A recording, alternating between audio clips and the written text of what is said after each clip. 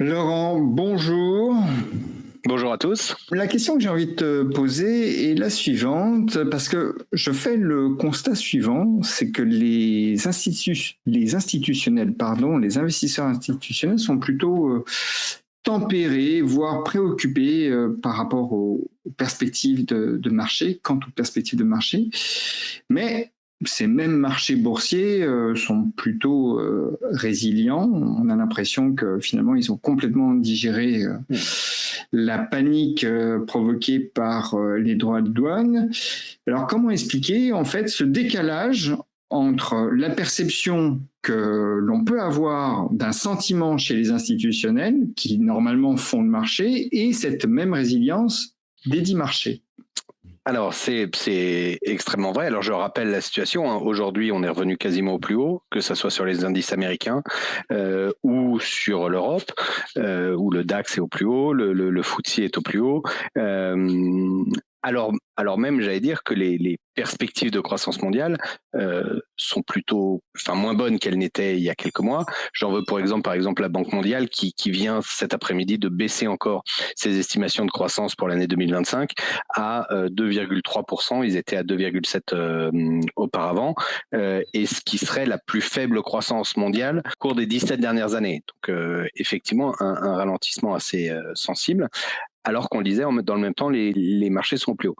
C'est vrai que les institutionnels sont plutôt aujourd'hui un peu réservés sur notamment à cause des niveaux de valorisation, et pourtant le marché est au plus haut. Et donc, pour répondre directement à ta question, nous pensons que c'est notamment du fait, en tout cas sur le marché américain, de l'importance qu'a pris les investisseurs particuliers, les investisseurs particuliers sur le marché, puisque JP Morgan, par exemple, pour le mois d'avril, où on avait les chiffres, indiquait que les investisseurs, les particuliers, avaient investi plus de 40 milliards de dollars sur le seul mois d'avril, que ça soit via des ETF, donc des fonds passifs, ou directement des titres vifs, soit le double de la moyenne de 2024 qui était déjà plus élevée.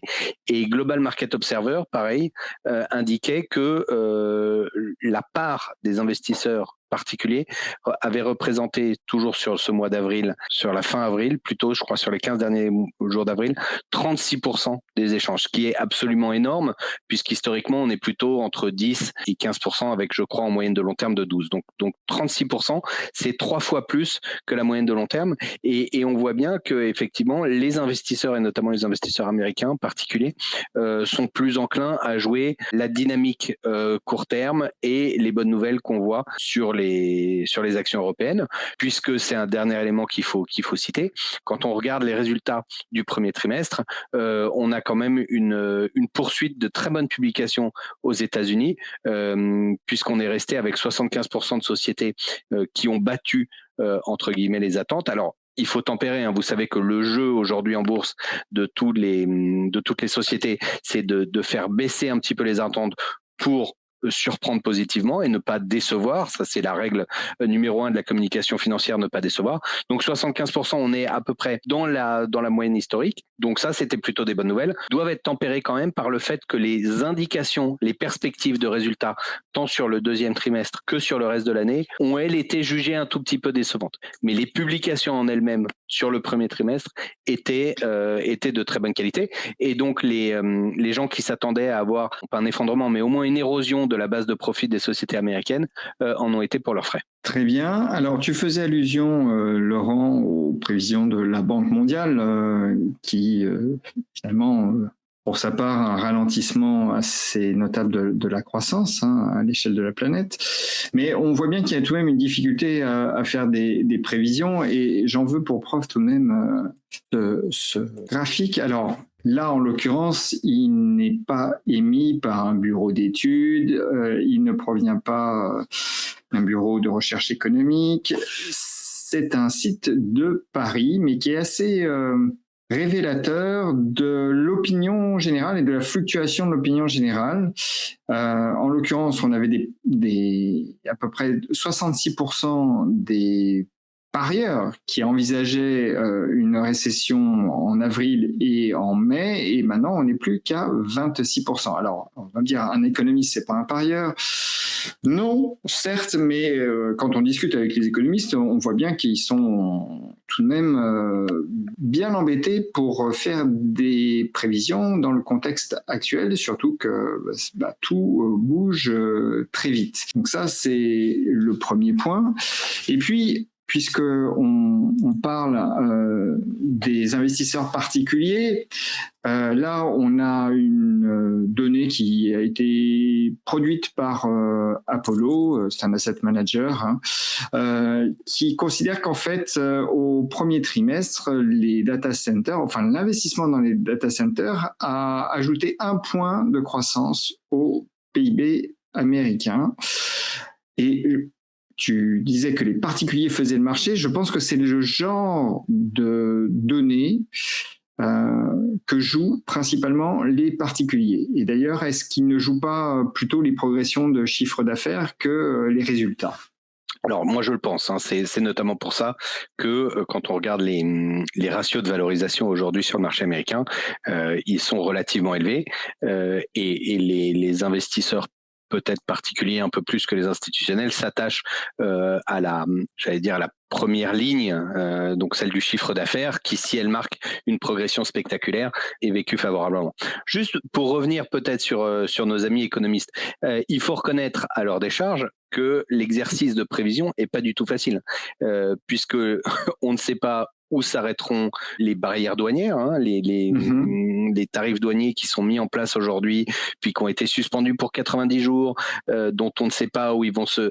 Or, cet élément-là, évidemment, est extrêmement important. Pourquoi ? Puisque l'insertion dans le commerce mondial, à la fois des États-Unis, mais de l'Europe et de la Chine, a un impact très fort sur la division du travail et donc sur la productivité des facteurs de production. Donc évidemment, si on revient, donc je rappelle, depuis 1945, grosso modo, on a une intégration croissante de toutes ces zones, alors les unes après les autres, et qui permettent d'avoir généré de la croissance, encore une fois, par la spécialisation du travail et par les mécanismes des échanges.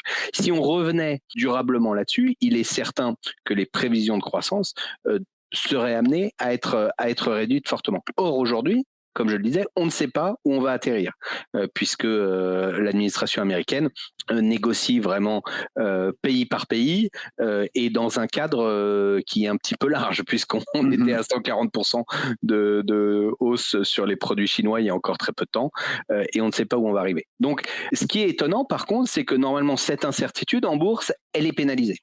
Elle est pénalisée, et alors qu'on était plutôt dans un scénario a priori favorable avant l'arrivée de M. Trump, ou en tout cas avant l'annonce de ces Liberation Day, cette situation aujourd'hui, elle semble moins favorable, et ça n'a pas, ou en tout cas il y a moins de visibilité, et comme on le disait, après un choc initial, on est revenu à des niveaux de valorisation et de marché qui sont très hauts, et qui à notre sens sont un petit peu risqués. Et je reviens un petit peu sur ta deuxième slide. Il est certain que tu parlais de l'investissement dans les data centers qui a généré un point de PIB. Ça, c'est certain.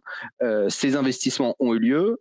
Pourquoi ? Puisqu'il faut nourrir la demande d'intelligence artificielle et donc créer des centres de données pour créer cette capacité de calcul. Là où il y a quand même un point d'interrogation qui est vraiment très intéressant et honnêtement, j'ai aucun avis, c'est quelle va être la rentabilité dans le futur de ces investissements. Puisqu'on voit bien que l'intelligence artificielle aujourd'hui qui est déployée dans énormément de secteurs peine à trouver, non pas son public, puisque beaucoup de gens utilisent ces outils-là, en revanche, peine à trouver un modèle payant qui soit rentable de façon pérenne. Et je crois que les sociétés d'intelligence artificielle sont encore en train d'essayer de trouver le bon business model. Et il est un peu tôt à notre sens pour dire que l'intelligence artificielle sera durablement monétisable. Qu'elle crée des bénéfices, ça, tout le monde en est d'accord. Ça, c'est évident. En revanche, qu'on trouve un système monétisable où les gens sont prêts à payer pour ça, là, c'est une autre question. Et donc, si ça devait être le cas, c'est-à-dire si on n'arrivait pas à trouver un business model durablement pérenne et monétisable, alors il est à craindre que les investissements qu'on a vus tout au long du premier trimestre et qu'on continue de voir soient amenés à ralentir, voire à s'arrêter complètement. Donc, Bon. prudence là-dessus. Tu dis qu'on n'a pas de garantie de certitude quant au modèle économique de l'IA. Alors, on va poursuivre cette conversation. Mais avant, vous voulez savoir ce que Synapse pense des marchés, comment on les voit évoluer. Vous voulez aussi avoir accès à des idées d'investissement, à des SWOT ou à des papiers sur les biais comportementaux. Il suffit de vous inscrire à notre newsletter 100% gratuite. Vous avez un lien qui se trouve dans la description sous la vidéo et un autre qui doit apparaître en toute logique en haut à droite de cette même vidéo. Alors, Laurent, tu disais en effet que on a en l'occurrence un emballement autour de l'intelligence artificielle qui rappelle très franchement celui qu'on a connu au moment de la bulle TMT des années 2000 où finalement on avait énormément d'investissements qui étaient réalisés pour développer l'Internet.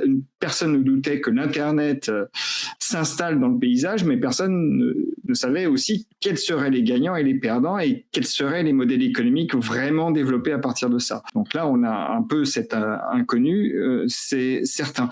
Mais il y a un autre aspect que le marché, moi, je trouve, ne prend pas vraiment en compte, c'est tout de même la situation, et on en parle régulièrement, c'est tout de même la situation financière des États-Unis. Alors, une autre illustration du déséquilibre qui règne aujourd'hui, c'est le marché de la dette.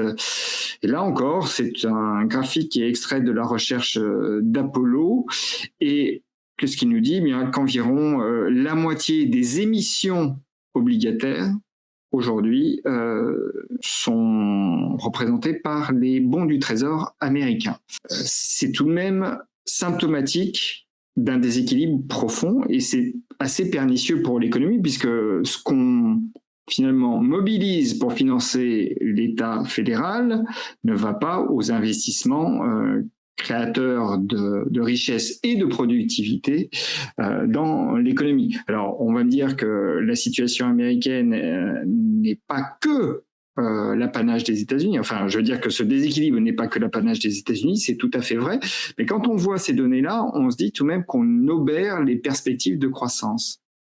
Alors, c'est certain, c'est une des grosses inquiétudes. Alors, à la fois aux États-Unis, mais tu le disais, en Europe, et particulièrement en France, on a des soucis similaires. Le Japon aussi, même si là les taux longs s'étaient détendus avant de remonter un peu, le Japon a également les mêmes soucis.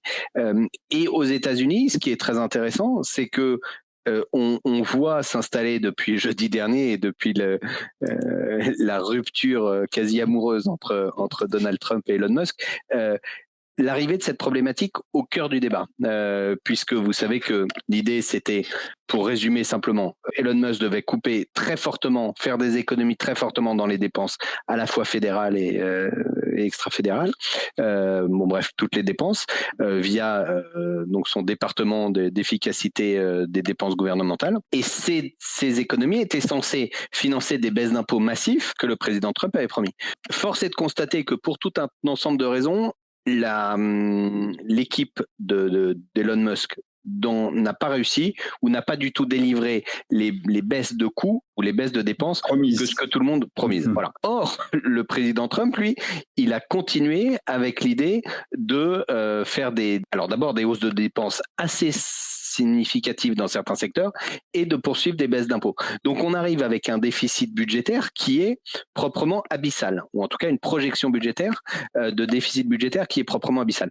Et donc on voit éclater tout simplement une partie de la coalition républicaine qui s'était faite autour du président Trump, avec donc ce clash avec Elon Musk, mais toute une partie de l'aile droite plus traditionnelle des républicains qui est en train de dire que dans l'état actuel, les sénateurs ne voteront pas ce projet de loi.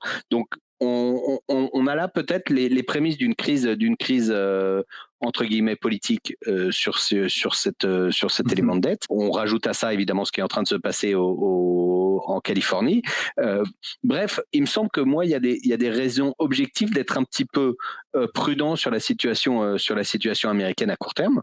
Et on le disait, la situation française n'est guère plus brillante et on a du mal à savoir comment le budget qui déjà l'année dernière a été passé un petit peu en catimini, comment ce budget aujourd'hui va pouvoir être voté. Alors évidemment, certains disent que la solution, ça serait de confier les rênes au FMI pour qu'il fasse les mesures, qu'ils prennent les mesures qui doivent être prises en France et que les hommes politiques ou les femmes politiques d'ailleurs n'ont pas le courage de prendre.